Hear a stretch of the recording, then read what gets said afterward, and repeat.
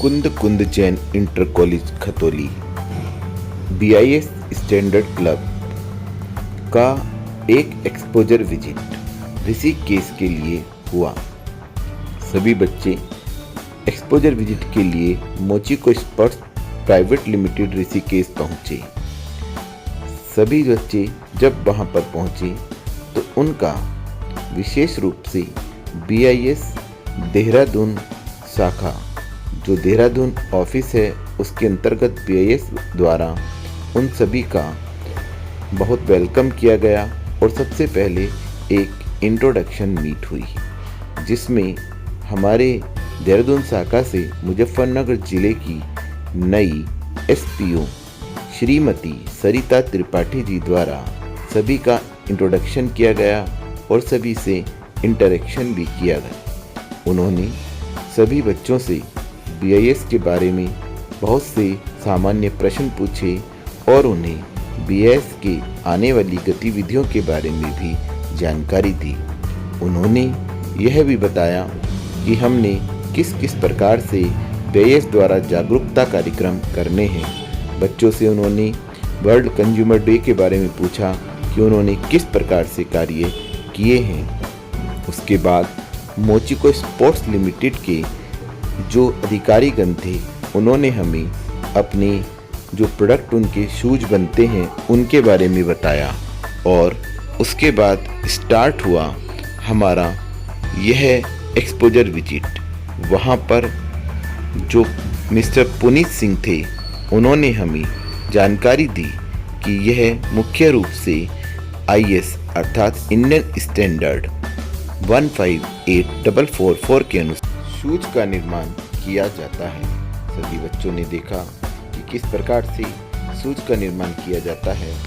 सभी कर्मचारियों ने हमें स्टिचिंग के बारे में, अपने असेंबलिंग के बारे में और उन्होंने हमें ये सब बताया कि किस प्रकार से शूज़ के लिए अलग अलग प्रकार के जो फाइबर्स होते हैं, जो उसकी कपड़ा होता है, उसे किस प्रकार से काटा जाता है और किस प्रकार से उनकी जो स्टिचिंग मशीनें होती हैं उसके द्वारा उन पर स्टिचिंग की जाती है।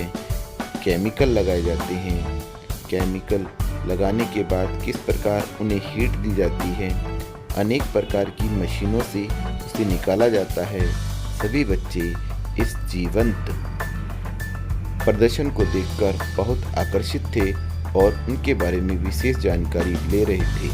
उन्होंने देखा कि जो शूज़ होते हैं उन पर जो पेस्टिंग की जाती है उसके लिए किस प्रकार से प्रेशर प्रयोग किया जाता है, किस प्रकार से अनेक प्रकार की प्रविधियां हैं, अनेक प्रकार की उसके अंदर प्रयोग किए जाने वाला मटेरियल होता है, उस मटेरियल का वे प्रयोग करते हैं।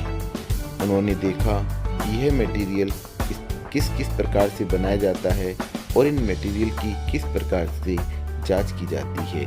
BIS द्वारा दिए गए स्टैंडर्ड के अनुसार वे उन गुणवत्ताओं की जानकारी और उनकी जांच किस प्रकार से करते हैं, यह सब जानकारी उन्होंने देखी और उन्होंने देखा किस प्रकार से अलग अलग नाप के, अलग अलग नंबर के जो शूज़ होते हैं उनको किस प्रकार से सेट किया जाता है और उन पर जो कंपनियां होती हैं किस प्रकार से उन पर मार्किंग की जाती है। स्क्रीन प्रिंटिंग आदि से देखा गया कि किस प्रकार से उस पर मार्क किया जा रहा था।